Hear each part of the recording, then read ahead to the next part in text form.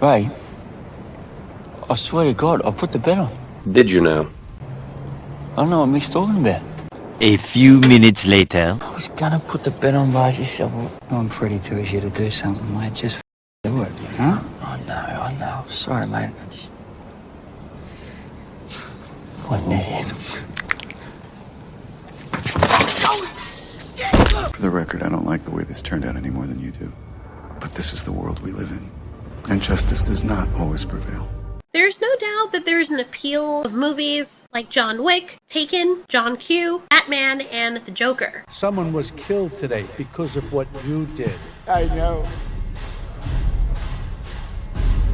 How about another joke, Murray? No, I think we've had enough of your jokes. What do you get? I don't think so. When you cross I think a we're mentally done ill with your loner jokes. with That's a it. society that abandons him and treats him like trash! Call the police, I'll Gene. tell you what you get! Call the police. You get what you fucking deserve! Where some highly skilled protagonists exact revenge on these wrongdoers or villains. You know what all these movies have in common? Vigilantism. People like the idea of the little guy sticking up against corruption or these larger societal evils. People who take action when the powers that be refuse to, or they're simply unable to, which gives us a sense of empowerment and justice. That's why we feel good when we see Batman beat up the bad guys. It's a sort of wish fulfillment. And it kind of works like how superhero movies work as well. You know, in day to day, we might feel powerless. You're speaking out, people are censoring you. You're different, so people target you. Criminals are set free, while good citizens, basically defending themselves and going about their normal life, are in turn treated like the criminals, while the criminals are then in turn treated as though they're innocent. And it's enough to make anybody go crazy. So it's quite intriguing when you go into these moral complexities, yet you're able to relate to the characters who are standing up to the evils, to the bullies. You do get a sense of satisfaction of people exacting well-due justice to the people who've harmed others or who are targeting our underdogs. The reason why I'm talking about this is because a show called Mr. Inbetween happens to touch on this very subject. And our main character, Ray, makes a very good point, which makes me wonder what has happened with society. The more so-called civilized we seem to become is in fact the more we head onto a path of regression, which is even more in a dire state of de-evolution than if we were to go back to being primitive apes. Now we are fostering a society and even some policies that, funny enough, put us as a species at risk. And of course the people at the very top are protected, but we, the normal people, are not. So there's a scene where Ray is walking with his daughter, and these assholes walk directly into her,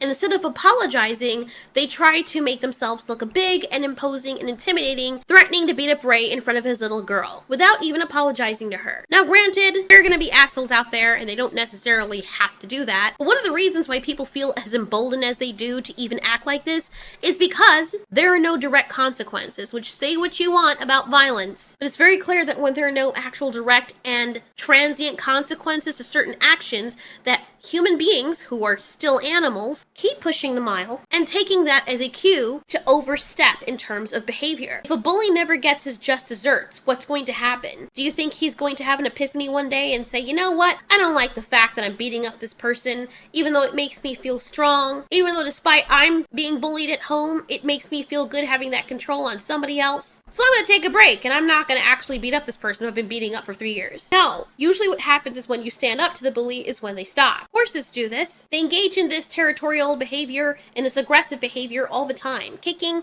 and biting at each other to assert dominance. As a matter of fact, when I used to take care of horses, you could see very clearly who was the leader, who was the middle of the pack, and who was at the bottom of the pack. There was a new horse, a gelding, who would come in, named Alex. Completely new to the herd, has never been there before. And when he was put in the pasture with some of the mares, they immediately came over and started pushing their weight up against him to try and push him around, attempting to dislodge him from the patch of grass he was eating. Fortunately for Alex, he was very dominant and he stood his ground, refusing to budge. After Rain, the dapple gray female, refused to let up and take cues from Alex that he did not want to be pushed around, he used his weight back on her and started kicking and biting her. Immediately after he did this, Rain realized that he was not to be messed with and she ran off and gave him his space. As much as people want to say, but the poor animals. You're just breeding aggression. I hate to break this to you, and it shouldn't take me saying that I have a degree in wildlife management to qualify me saying this, because all it takes is a basic observation of animal behavior, but this is the language that animals speak. English is way too complicated, and in the wild, where animals don't have use of words, the quickest way to get across what they want done is through pain and reward centers. And I'm sorry to say this, but more often than not, the teacher for every animal in the kingdom of animals is consequences. Painful consequences. I didn't catch my food today. Oh my god, I feel sick and weak and awful, and there's a pain in my stomach. Oh, I messed around with a bigger animal than me who doesn't want to be messed around with. It kicked me in the head, and now I can't see straight in order to hunt and feed my young. Oh no, a guy over there is with his girlfriend, and I go up and touch his girlfriend without her consent or his permission, and I get my skull caved in for inappropriately touching her and disrespecting him. Now I'm in a coma and I can't remember the last 5 years of my life. Maybe shouldn't have done that. But instead now we have a situation where people bully others, express their criminal behavior, and when they get away with it enough times, they feel as though they can continue the behavior to others. That is their reward center.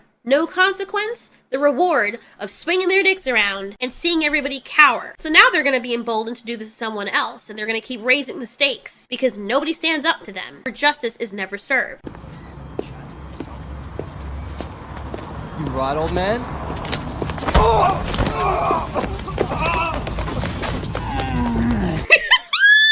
Bro became Usain freaking Bolt, bro. I have never seen an actor run, actually legitimately run, like his ass was being torn in two, the way this guy is freaking running. This guy understood the assignment. He had one job. Run.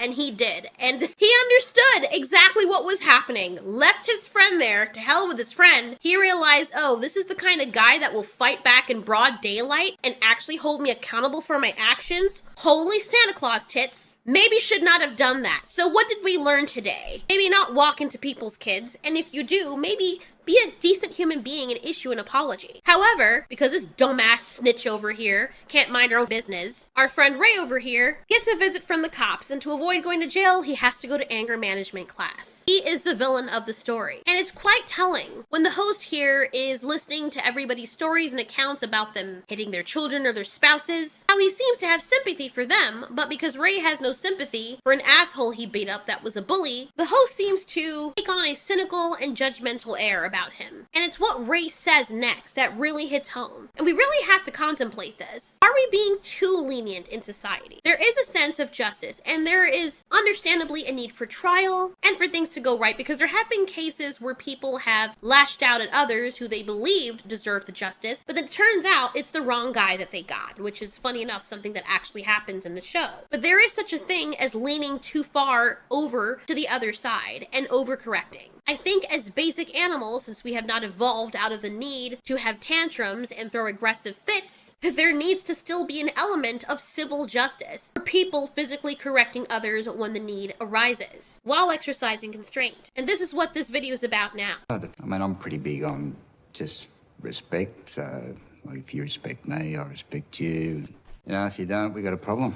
Let's talk about the most recent assault, the one with the two youths. No, I only bashed one of them, and they weren't you, so like in their 20s. I think it's important that he made the distinction here, because another thing I've noticed, especially in the era of social media, is that when someone does something wrong, everyone is quick to point out that the person defending themselves against the bully is somehow an error or more of a villain or unjustified in defending themselves, because the person who happens to be doing the bullying or doing the inappropriate villainous criminal behavior is a youth, as if young human beings shouldn't have to experience consequences for their actions. My mother always told us something, even when we came to the States. She said, reason why I discipline you kids is so that the cops don't have to do it. Because the thing is, if your parents don't discipline you at home, or you never experience accountability for your actions, you're going to go out into the real world where they're going to be real people with real consequences. And after a while, you're going to end up running into someone who will hold you accountable for your actions. And unfortunately, the way that person is going to discipline you or teach you your lesson is going to be far worse than how your parents would have done it. And it really does boil down to a sense of respect to your fellow man, which is why a lot of people are bullies. A lot of people are assholes and don't treat you with the least bit of humanity. Why should they? Everything that they want, they get. They're superior to you. They don't have to respect you. They don't see themselves as the criminals because everyone is rewarding their bad behavior. Let's call them young men then. Two guys come along, bumped into her, and she had an ice cream and... So he accounts to the host what happened with the guys with the ice cream. They started swearing. So the guy has an air of this judgmental look over him and asks him, did you bash them while your daughter was standing there? Well, he didn't even ask him. He just basically said, you bashed them while your daughter was standing there? And Ray said, no, I did it later. And you can tell that the host is completely baffled by this. Like, he is just so... That's what kills me about this. He's not at all bothered by the fact that every other guy in the room is talking about how when they're angry, they beat their wives and kids. Like, that does not faze him.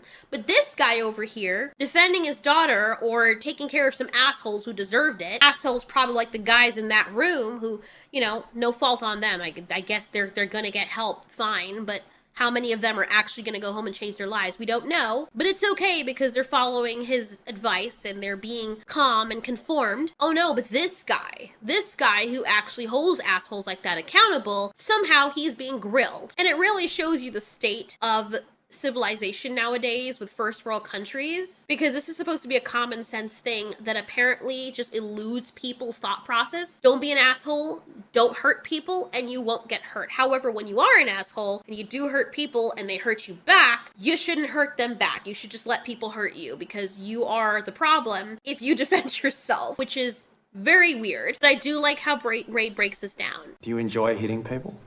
I wouldn't say I enjoy hitting people. You know, if I hit somebody, I generally got a pretty good reason. And you think you had a good reason? Did I just say that? So can you remind me again what that reason was? Well, they were being assholes. The world is full of assholes, right? You do realize that. And he's right, like the teacher's being right now. Here's the cincher. Really listen to this, because this does play a part, and you see this all the time in social media and the way people are acting now. Going unchecked because of this very reason. Tell me if I'm wrong. The world is full of assholes, right? You do realize that. Yeah, and you know why? Why? Because people let them get away with it. You can't keep getting away with it! He can't keep getting away with it! He won't. Go on. So if you're in jail, right, and you fuck with somebody, you disrespect somebody, you can end up dead. It's consequences. But out here in the real world, there's no consequences, right? So next time these two pricks are walking down the street and they start thinking, oh, we might go and fuck with somebody, they're going to think twice about it, which is good for everybody. I mean, he's not wrong. So in your mind, you've done society a favour? Yeah. Well, I guess on behalf of society, I should say thank you. Notice all the wife beaters in the room are laughing, and nobody holds them accountable for their actions. They are heard, they are treated like victims, just suddenly couldn't control their anger, and they are being coddled, which, granted, in a safe space like that, this is allowed. But yet Ray, who is holding people like them accountable, is being made fun of by not only everyone else, the assholes in the room who beat on their children and wives, but also by the smug host over here. I just thought it was interesting to highlight something like this, because it's something that resonates with, I'm sure, a lot of people watching shows like this, which is why people love watching shows like this.